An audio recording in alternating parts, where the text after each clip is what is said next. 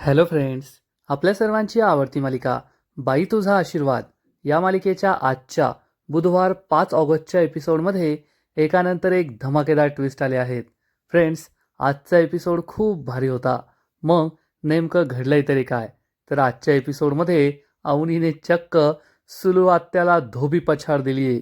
सुलू आत्या घरावर ताडपत्री टाकायची नाही, कोर्टाची नोटीस आहे अशी बडबड करत होती आणि चक्क हे बांबू खाली पाडायला आली.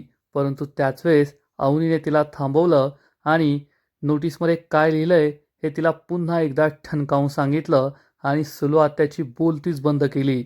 आणि सुलू आत्याला जबर धक्का बसलाय की ही धोंड्याची सूनसुद्धा आता आपल्याला नडायला लागली आहे. मग आता अवनीने हे सगळं नेमकं केलं तरी कसं? खरंच हा सीन खूप भारी होता. मग हे सगळं नेमकं घडलं तरी कसं हे जाणून घेण्यासाठी हा व्हिडिओ शेवटपर्यंत नक्की पहा. फ्रेंड्स, आजच्या एपिसोडच्या सुरुवातीलाच नमी घराचा दरवाजा बंद करून सुलू आत्यासाठी चहा घेऊन येते. सुलू आत्याला चहा देते आणि म्हणते, माझी लाडकी मम्मी, दिवसभर किती कष्ट करतेस, किती टेन्शन घेते, आता निवांत चहा पी. त्यामुळे सुलू आत्यासुद्धा खूप खुश होते आणि सांगते, मी जे काही करते ना ते फक्त माझ्या लाडक्या लेकीसाठीच करते. तेव्हा नमी म्हणते, हो मम्मी, आता आहे ना तू आज फक्त आराम करायचा, कसलंही टेन्शन घ्यायचं नाही, फक्त खायचं प्यायचं झोपायचं, बाकीची सगळी कामं मी करते. सुलू आत्या चहा पिते आणि म्हणते, चल आता मला बाहेर जायचंय. नमी विचारते कशासाठी? सुलू आत्या सांगते, अगं महिनाभराचा किराणा भरायचा आहे ना, तो किराणा मी घेऊन येते. नमी म्हणते, कोठे जायची गरज नाहीये, किराणा मी भरते, तू कोठेच जायचं नाही. पण नमी आपल्याला काय बाहेर जाऊ देत नाहीये. यावरून सुलू आत्याला संशय येतो. सुलू आत्या म्हणते, नमे, तू काय मला येडीबिडी समजती का? मला बाहेर जाऊ देत नाहीये तू, हे माझ्या चांगलंच लक्षात येत आहे. नमी म्हणते, अगं मम्मी, बाहेरचं वातावरण किती खराब आहे, किती पाऊस सुरू आहे, म्हणून म्हणते तू घरात थांब, तू काय बाहेर जाऊ नको. परंतु सुलू आत्या काय ऐकत नाही आणि म्हणते, मला कळतंय, तू मला जाणून बुजून बाहेर नाही जाऊ देऊ राहिली, थांब आता मी जातेच. असं म्हणून सुलू आत्या उठते. नमी तिला थांबवण्याचा प्रयत्न करते, थांब, जाऊ नको, घरात थांब. परंतु सुलू आत्या काही ऐकत नाही आणि रागारागाने घराबाहेर पडते. नमी तिच्या मागे मागे येते आणि सुलू आत्याला समोर दिसतं की धोंड्यान त्याची पोरं घरावर ताडपत्री टाकताय. हे पाहून सुलू आत्याला जबर धक्का बसतो. नमी डोक्यालाच हात लावते. सुलू आत्या चिडून म्हणते, आत्ता कळलं, यासाठी तुम्हाला घरात डांबून ठेवत होती. अगं किती लोक धार्जिनी पोरगी तू, तुझ्यासाठी मी तर रात्रंदिवस रक्त जाळते, तुझं भलं व्हावं म्हणून मी हे सगळं करतेय आणि तू दुश्मनांची साथ देऊ राहिली. तुला आहे ना मी नंतर पाहते, आधी यांचा बेत पाहते. माझी छत्री आण. नमीचा नाईलाज होतो, पण नमी काही जात नाही. सुलू आत्या छत्री घेऊन येते. नमीला समजतं आता मोठा राडा होणार. इकडे धोंडियांना आणि मुलांना काही माहीतच नसतं. सुलू आत्या छत्री घेऊन येते आणि जोरात ओरडते, ए धोंड्या. धोंडियांना दचकतो, मागे वळून पाहतो. सगळेजण मागे वळून पाहतात आणि सुलू आत्या आली म्हणजे आता सगळा फियास्को झाला हे त्यांच्या लक्षात येतं. सुलू आत्या चिडून म्हणते, तुम्ही काय करताय हे? माझ्या घरावर ताडपत्री टाकताय, कोर्टाची नोटीस आहे, तुम्ही माझ्या घराचं काहीच करू शकत नाही. आत्ताच्या आत्ता ती ताडपत्री काढायची, सगळे बांबू काढायचे. धोंडियांना राजा, यशोदा, पाण्या, धन्या त्यांना जबर धक्का बसतो आणि पाण्या चिडून म्हणतो, ए आत्या, तुझं घर काय तुझं घर, हे आमचं घर आहे. तर सुलू आत्या म्हणते, ते कोर्टच ठरवील कोणतं घर कोणाचं आहे. पण आत्ता कोर्टाने सांगितलंय ना, घरावर ताडपत्री टाकायची नाही म्हणजे नाही. काढा ते लवकर, काढा लवकर. धोंडियांनाला खूप राग येतो. सगळेजण टेन्शनमध्ये येतात आणि सुलू आत्या चिडून म्हणते, तुम्ही या घराची काही डागडुजी करू शकत नाही, काही करू शकत नाही. तुमची हिंमत कशी झाली माझ्या घरावर ताडपत्री टाकण्याची? थांबा, आत्ताच्या आत्ता काढा, नाहीतर मीच काढते. असं म्हणून सुलू आत्या रागारागाने छत्री फेकून देते. राजा, धोंडियांना, यशोदा खूप घाबरतात. सुलू आत्या ही लगेचच घराजवळ येते आणि म्हणते, आता पहा मी काय करते. सगळे खूप घाबरलेले असतात. सुलू आत्याच्या डोळ्यांमध्ये राग असतो, आग असते आणि सुलू आत्या जो मुख्य बांबू असतो ज्याच्यावर हे सगळे बांबू टेकलेले आहेत, सगळी ताडपत्रीचा आधार आहे त्या बांबूचा, त्या बांबूलाच खाली पाडण्याचा विचार करते. सगळ्यांना समजतं की आता मोठा राडा होणार आणि सुलू आत्यासमोर बोलण्याची कोणाची काहीच हिंमत नसते. सगळे फक्त सुलू आत्याकडे पाहत असतात आणि मग सुलू आत्या या मुख्य खांबाला हात लावते आणि हा खांब पाडण्याचा प्रयत्न करते, पण त्याच वेळेस कुणीतरी तिचा हात पकडतं. सुलू आत्या आणि सगळ्यांना जबर धक्का बसतो. सुलू आत्या समोर पाहते तर चक्क अवनी उभी असते. अवनीने सुलू आत्याचा हात पकडलेला असतो. या धोंड्याच्या सुनेने माझा हात पकडला यावर सुलू आत्याचा विश्वासच बसत नाही. राजा, धोंड्यांना सगळे अवनीकडे पाहत असतात. सुलू आत्या हा खांब पाडण्याचा प्रयत्न करते, पण अवनी तिचा हात दूर झटकून देते. सुलू आत्याला खूप राग येतो आणि अवनी म्हणते, आत्या हे काय करताय? तुम्ही जर हा खांब काढला तर सगळी ताडपत्री तुमच्या अंगावर पडेल, त्यामुळे प्लीज असं करू नका, मला तुमची काळजी वाटतेय.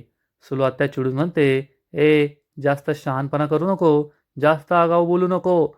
माझ्या घरावर ताडपत्री टाकायची नाही, कोर्टाची तशी नोटीस आहे. तर अवनी म्हणते, का नाही टाकायची? पावसाळा सुरू आहे, आमचं सगळं घर गळतंय, तुम्ही तुमच्या घरावर ताडपत्री टाकली ना, मग आम्ही आमच्या घरावर ताडपत्री का नाही टाकायची?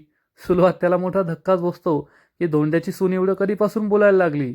अवनी सुलू आत्याला ठणकावून सांगते, आत्या, आम्ही काही नवीन छत नाही बांधवतो, फक्त ताडपत्री टाकतोय, ते सुद्धा घराला टच न करता.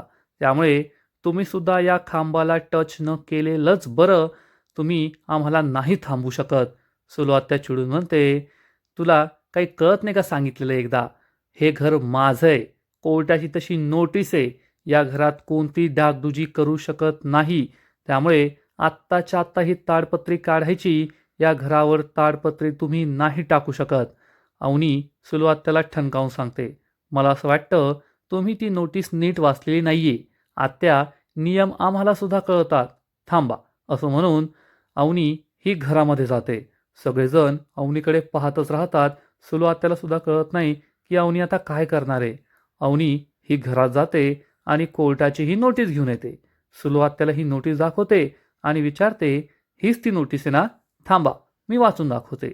या नोटीसमध्ये असं लिहिलंय की तुम्ही या घराची कोणतीही डागडुजी, रंगरंगोटी किंवा नवीन बांधकाम करू शकत नाही.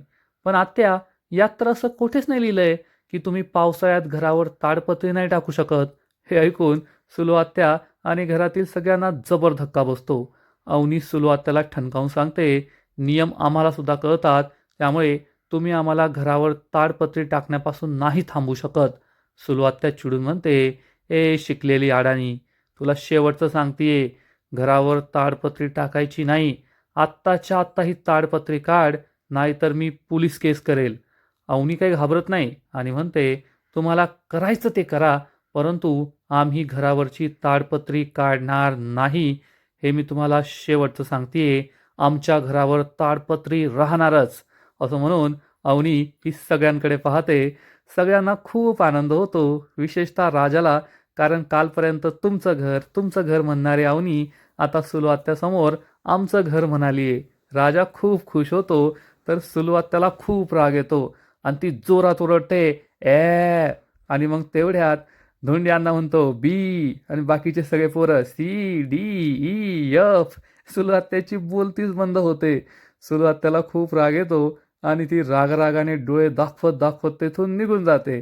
आणि मग धोंडियांना, राजा, यशोदा, पाण्या, धन्या सगळे असं वेगळे आवाज काढतात. सुलू आत्याला खूप चिडवतात. अवनीच्या डोळ्यात एक वेगळीच चमक असते. राजा तिच्याकडे एकदम प्रेमाने हसून हसून आनंदाने पाहत असतो. यशोदा विचारतो, एवढा आनंद? राजा सांगतो, हो मग, कालपर्यंत तुमचं घर म्हणणाऱ्या अवनी मॅडम आज आमचं घर म्हणाल्या. किती छान वाटलं ना ऐकून? हे ऐकून यशोदा सुद्धा खूप खुश होतो. धोंडियांना आणि सगळ्यांनाच आनंद होतो आणि धोंडियांना जोरात ओरडतो, शाब्बास सुनबाई. सुलू आत्या रागाने मागे वळून पाहते, परंतु अवनी तिच्या नजरेला नजर देते. तिला काही घाबरत नाही. सुलू आत्याच्या तळपायाची आग मस्तकात गेलेली असते आणि नाकपुड्या फेंदारत सुलू आत्या घरात निघून जाते. आणि मग धोंडियांना आणि सगळेजण आनंदाने नाचत असतात, उड्या मारत असतात, कारण इतक्या वर्षात पहिल्यांदाच सुलू आत्याला नडणारी आणि तिला भिडणारी सून बाई त्यांच्या घरात आली आहे. त्यामुळे सगळे भलतेच खुश असतात. अवनीने आज पहिल्यांदाच आपल्या घरासाठी एक लढाई लढलेली असते आणि जिंकलेली असते. त्यामुळे संपूर्ण दांगट कुटुंब खूप खुश असतं, आनंदी असतं. थोड्या वेळानंतर सगळे घरात येतात आणि अवनीसाठी जोरजोरात टाळ्या वाजवत असतात, हिप्पी फुर्रे करत असतात. आणि मग राजा हा अवनीला बसायला एक खुर्ची देतो, समोर एक टेबल ठेवतो, यशादा तिच्यासाठी नाश्ता घेऊन येतो आणि सगळेजण अवनीसाठी जोरदार टाळ्या वाजवत असतात. अवनी खूप खुश होते, लाजते आणि विचारते, काय करताय तुम्ही? परंतु सगळे भलतेच खुश असतात. धन्या म्हणतो, अहो वहिनी, माझं अख्खं लहानपण ना या घरामध्ये वाट्या, बकेट वगैरे गोळा करण्यातच गेलंय आणि तुम्ही पहिल्याच पावसात एवढा मोठा सिक्सर मारला. पाण्या सांगतो, हो ना, आम्ही आमच्या घरावर कौलं पाहिली तरीसुद्धा आम्ही पावसाळ्यात घराबाहेर भिजण्यापेक्षा घरात जास्त भिजलोय आणि तुम्ही आमच्या घरावर ताडपत्री टाकली, परमनंट सोल्युशन. आता भिजायचा काही विषयच नाही. घरातले सगळे खूप खुश असतात. अवनीसुद्धा हसते, लाजते. सगळे तिचं मनसोक्त कौतुक करत असतात आणि राजा सांगतो, वा मॅडम वा, खरंच मानलं तुम्हाला. काय म्हटलं तुम्ही सुरुवातीला, टच करायचं नाही. वा, काय भारी बोलला. धोंड्यांना म्हणतो, अरे मग माझी सून शिकलेली आहे, मुलगी शिकली, प्रगती झाली. नाहीतर तुम्ही सगळे धोंडे, एवढे शिकलात, मोठे झालात, पण काही कामाचे नाही, युजलेस फेलो कुठले. सगळी मुलं खूप चिडतात. धोंड्यांना म्हणतो, पाहिलं का माझी सून किती हुशार आहे. यासाठी घराला बाईचा आशीर्वाद लागतो आणि तुमच्यासारखे बापे काही कामाचे नाही. इतके वर्ष ती नोटीस आपल्याकडे होती, पण त्या नोटीसमध्ये एवढी मोठी मेख आहे ते तुम्हाला कळलं नाही. पण सुनबाईने पहिल्याच वेळेस ती शोधून काढली. वा सुनबाई वा, खरंच खूप छान. अवनी खुश होते, पण सगळी मुलं मात्र तोंड वाकडं करतात की आपल्यांना आपलाच अपमान करताय. आणि मग धोंडी अण्णा म्हणतो, खरंच मुलगी शिकली, प्रगती झाली. राजा म्हणतो, खरंय, आणि त्या तर गोल्ड मेडलिस्ट शिकल्या, मग एवढी प्रगती तर होणारच ना. अवनी खुश असते. धोंडी अण्णा म्हणतो, नाही तर माझे हे युजलेस फेलो. पाण्या खूप चिडतो आणि धोंडी अण्णाजवळ येऊन बसतो आणि म्हणतो, कसं आहे ना वहिनी, यात आमची चूक नाहीये. ज्या माणसाने आमच्यावर संस्कार केले ना, त्या माणसाची चूक आहे. धोंडी अण्णा विचारतो, कुणी संस्कार केले तुमच्यावर? सगळे आश्चर्याने त्याच्याकडे पाहतात आणि पाण्या म्हणतो, आता काय सांगायचं, होता एक माणूस, दिवसभर दारू प्यायची, राडे घालायचे, भांडणं करायची, वाद करायचे, शिव्या शाप घ्यायचे. आता आमच्यावर असे संस्कार झाल्यावर आम्ही तरी काय करणार? सगळे हसू लागतात. धोंडी अण्णाला समजतं हा माझंच नाव घेतोय. धोंडी अण्णा चांगली गचंडी पकडतो पाण्याची आणि म्हणतो, माझं नाव काढलं ना, केसचं नाव काढलं ना, तर तुझे केसच काढील. पाण्या म्हणतो, हो सोडा सोडा. अवनीसुद्धा हसते. राजासुद्धा जोरजोरात हसतो आणि म्हणतो, अण्णा सोडा त्याला. घरातल्या सगळ्यांना खूप आनंद झालेला असतो की आज अवनी चक्क सुलू-आत्याला नडली, भिडली आणि आपल्या घरावर ताडपत्री टाकलीच. आणि मग राजा अवनीसमोर बसतो आणि म्हणतो, मॅडम, एक ही दिल है, कितनी बार जीतोगी? तुम्ही मला अजून किती वेळेस इम्प्रेस करणार आहे? आणि तेवढ्यात पाण्या म्हणतो, ए राजा थांब, मला हेच कळत नाही, तू वहिनीला मॅडम मॅडम का म्हणतो? तुमच्या लग्नाला किती दिवस झाली? राजा आणि अवनीला काय उत्तर द्यावं ते समजतच नाही. धन्या म्हणतो, हो ना, कोणता नवरा आपल्या बायकोला मॅडम म्हणतो? कुणीच म्हणत नाही. मग तू का त्यांना मॅडम म्हणतो? अवनी तेथून जाऊ लागते, पण पाण्या तिला थांबवतो. धन्यासुद्धा म्हणतो, हो वहिनी, हे चुकीचं आहे. पाण्या म्हणतो, राजा, वहिनीला आता फक्त अवनी म्हणायचं, मॅडम नाही म्हणायचं. तो मॅडम का म्हणतो तेच मला कळत नाही. आणि मग राजा सगळं लॉजिक सांगतो. कसं आहे, मी मॅडमला पहिल्या वेळेस भेटलो तेव्हा ॲज अ रिस्पेक्ट त्यांना मॅडम म्हणालो. मग रिस्पेक्ट पण तसाच राहिला, मॅडम पण तशाच राहिल्या आणि मग हळूहळू मी त्यांना मॅडमच म्हणायला लागलो आणि ते आता सवयीचं झालं. आणि आमचं नातं जगावेगळं आहे ना, जगावेगळं नातं, जगावेगळं लग्न, जगावेगळे आम्ही. अवनी म्हणते, हो हो, जगावेगळं नातं. पाण्या म्हणतो, की तुम्ही तर कविता करायला लागले. धोंडियांना म्हणतो, राजा, तू आहे ना सुनबाईला मॅडमच म्हण, कारण तसं पण तुला झिरो अक्कल आहे आणि त्यांना लय अक्कल आहे. राजा खूप चिडतो आणि तेवढ्यात तेथे नमी येते आणि अवनीचं तोंड गोड करते. अवनी विचारते, काय विशेष? तर नमी सांगते, अवघ, तू माझ्या आईला नडली, त्यासाठी तुझं तोंड गोड करतीये. सगळे खुश होतात. धन्या विचारतो, तिकडचा वेदर रिपोर्ट काय आहे? आणि नमी सांगते, अरे वाळवंटापेक्षा जास्त तापलं तिकडचं वातावरण. धोंड्यांना चिडून म्हणतात, कावळीने ती कावळीन, कुत्र्याचं शेपूटे कधीच सरळ होणार नाही. अवनी विचारते, कावळीन? तर राजा म्हणतो, अहो तुम्हाला अजून कळलं नाही का? ॲज अ रिस्पेक्ट प्रेमाने म्हणतात ते आत्याला कावळीन. आणि सगळेजण आता आत्यापुढे काय करणार याचाच विचार करत असतात.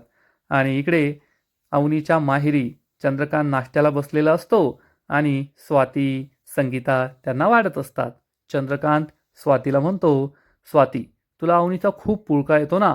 मी अवनीबरोबर जे काही केलं ते चुकीचं केलं असं तुला वाटतं ना? एकदा हा व्हिडिओ पहा, म्हणजे तुझे सगळे गैरसमज दूर होतील. असं म्हणून चंद्रकांत स्वातीला अवनीचा काल रात्रीचा व्हिडिओ दाखवतो. हा व्हिडिओ पाहून स्वातीला सुद्धा जबर धक्का बसतो. अवनीचे एवढे हाल होत आहे हे पाहून तिला वाईट वाटतं. आणि मग चंद्रकांत स्वातीला समजावून सांगतो, स्वाती, एक बाप म्हणून मी जे काही केलं ते नाईलाजाने केलं. माझी मुलगी ही नेहमी आनंदी राहावी, खुश राहावी म्हणून मी हे सगळं केलं. पण तू नेहमी मलाच चुकीचं समजत राहिलीस. परंतु आता तुला नक्की कळेल की मी जे काही करतोय ना ते तिच्या भल्यासाठीच करतोय. म्हणून माझी एक विनंती आहे तुला, एक काम कर, तू अवनीच्या घरी जा, अवनीला भेट आणि तिला काही त्रास आहे का ते विचार. जर ती एकदा जरी म्हणाली ना की मला या घरात त्रास आहे, तर तिला सांग की तुझ्या बाबांना तुझी खूप काळजी वाटतेय आणि तू घरी आलीस तर तुझे बाबा तुझं आनंदाने स्वागत करतील. हे ऐकून स्वाती खुश होते आणि म्हणते, ठीक आहे बाबा, मी आजच जाते. आणि स्वाती तेथून तयारी करायला जाते. चंद्रकांत आणि संगीता खूप खुश होतात. त्यांना सुद्धा आता असं वाटतं की अवनी स्वातीच्या सांगण्यावरून नक्कीच घरी परत येईल. दुसरीकडे राजा हा घराबाहेर उभा असतो, काहीतरी विचार करत असतो. आता त्याला काही कामधाम तर नाहीये, काय करावं हाच प्रश्न त्याच्या मनात असेल. आणि तेवढ्यात यशोदा हा त्याच्या कामासाठी जायला बाहेर निघतो. राजा त्याला पाहतो आणि म्हणतो, ए यशोदा, मला कोपऱ्यापर्यंत जायचंय, तुझ्या सायकलवर लिफ्ट दे. यशोदा म्हणतो, ठीक आहे, चल माझ्याबरोबर. तेवढ्यात अवनी बाहेर येते. अवनी हे ऐकते आणि राजाला विचारते, राजा, तू सायकलवर का चाललाय? राजा म्हणतो, अहो कॉर्नरपर्यंतच जायचंय ना, म्हणून चाललोय. तर अवनी विचारते, अरे तू कुठे चाललाय ते नाही विचारते, तू सायकलवर का चाललाय ते विचारतीये. राजा विचारतो म्हणजे यशाला सुद्धा हे ऐकत असतो. राजा म्हणतो, नाही असंच. अवनी त्याला विचारते, तुझी गाडी कुठे? किती दिवस झाले तुझी गाडी सुद्धा दिसली नाही आणि किती दिवस झाले तू कामावर सुद्धा गेलेला नाहीयेस. हे ऐकून राजाला काय उत्तर द्यावं तेच कळत नाही. यशराच्या मनात सुद्धा ही शंका येते. राजा सांगतो, माझी गाडी ना, माझी गाडी तर मी सर्व्हिसिंगला दिली आहे. अहो काय झालं, तिचं एसीचं काम नाही होते. आता बाहेर एवढं प्लेझंट वातावरण आहे तरी सुद्धा लोकांना एसी लागतो. म्हणून ना एसीचं काम करायला गाडी पाठवली सर्व्हिस स्टेशनला. आणि माझ्या कामाचं म्हणाल तर मी सध्या वर्क फ्रॉम होम करतोय. अवनी विचारते, मला तर नाही दिसलं की तू वर्क फ्रॉम होम करतोय. राजा सांगतो, अहो ते नाही का परवा तुमच्या समोरच नाही का कॉल केला होता, सिन्नरला गाडी पाहिजे होती आणि काय ड्रायव्हर पाहिजे होता, ते पाठवलं मी. अवनी म्हणते, हो का? आणि मग काल? राजा सांगतो, काल ना, अहो कालसुद्धा काम केलं. अरे यशाला काय प्रॉब्लेम आहे ना, यांना असं वाटतं की मी कामच करत नाही. पण माझं काम कसं असतं, सुमडीत, मी सुमडीत काम करतो ना, त्यामुळे कोणाला कळत नाही. माझ्या कामाची वर्क स्टाईल त्यांना अजून कळलेली नाहीये. अवनी ही राजाकडे संशयाने पाहत असते आणि यशोदाला तर माहीतच असतं हा सगळं खोटं बोलतोय. राजा सांगतो, आता सुद्धा एक महत्त्वाचं काम करायचं म्हणूनच कोपऱ्यावर चाललोय मी. यशोदा खूप चिडलेला असतो की राजा खोट्यावर खोटं बोलतोय. अवनी म्हणते, ठीक आहे. यशोदा म्हणतो, मी चाललोय. तर राजा म्हणतो, अरे यशोदा येऊ दे ना मला. कसं आहे ना मॅडम, यशोदाने ना लहानपणी आम्हाला सायकलवर खूप फिरवलंय. मला फक्त माझं लहानपण जगायचं होतं म्हणून त्याला म्हटलं सायकलवर येऊ दे. यशोदा येऊ दे मला. यशोदा राजाकडे रागारागाने पाहतो आणि अवनी आतमध्ये निघून जाते.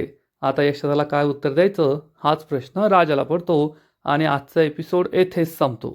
फ्रेंड्स, बाई तुझा आशीर्वाद या मालिकेचा आजचा एपिसोड खरंच खूप भारी होता, इंटरेस्टिंग होता.